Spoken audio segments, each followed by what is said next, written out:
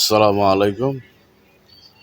প্রিয় বাংলাদেশি ভাই ও বোনেরা, মা ও বোনেরা, মা ও বাবা বোনেরা, আপনারা ৯০-এর পর থেকে দুজন মহিলা বাংলাদেশের প্রধানমন্ত্রী হয়েছে।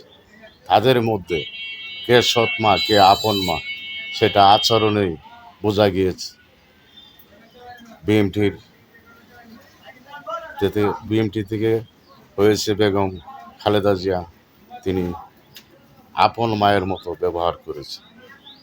আর হাসিনা, সে সে যে ব্যবহার করেছে এই ১৫ বছর, সৎ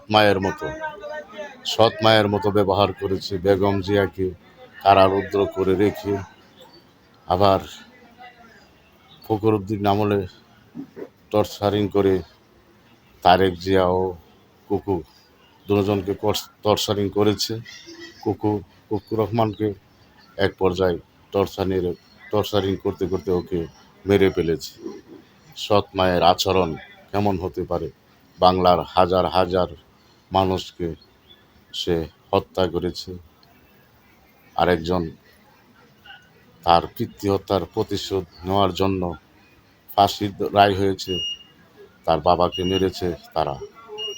তাদের ৬০ জনকে ফাঁসি দিয়েছে, আরেকজনকে কারাগারে ঢুকে তার বুকের মেঝে পা দিয়ে, শেখ হাসিনা নিজে পা দিয়ে একজন হিন্দু জল্লাদ দিয়ে জবাই করে হত্যা করেছে। কেমন সৎ মায়ের মতো আচরণ করেছে, যেমন আপন দুলালের মধ্যে আপনারা দেখছেন সৎ মায়ে কি আচরণ করেছে। আপনার দুলালকে হত্যার আদেশ দিয়েছে,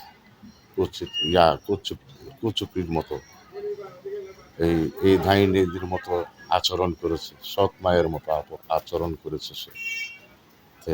আপনারা উপভোগ করুন কেমন সৎ মা কেমন, আর আপন মা কাকে বলে।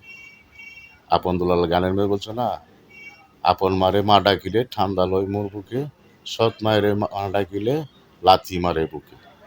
এরকমই করেছে সে। আসসালামু আলাইকুম।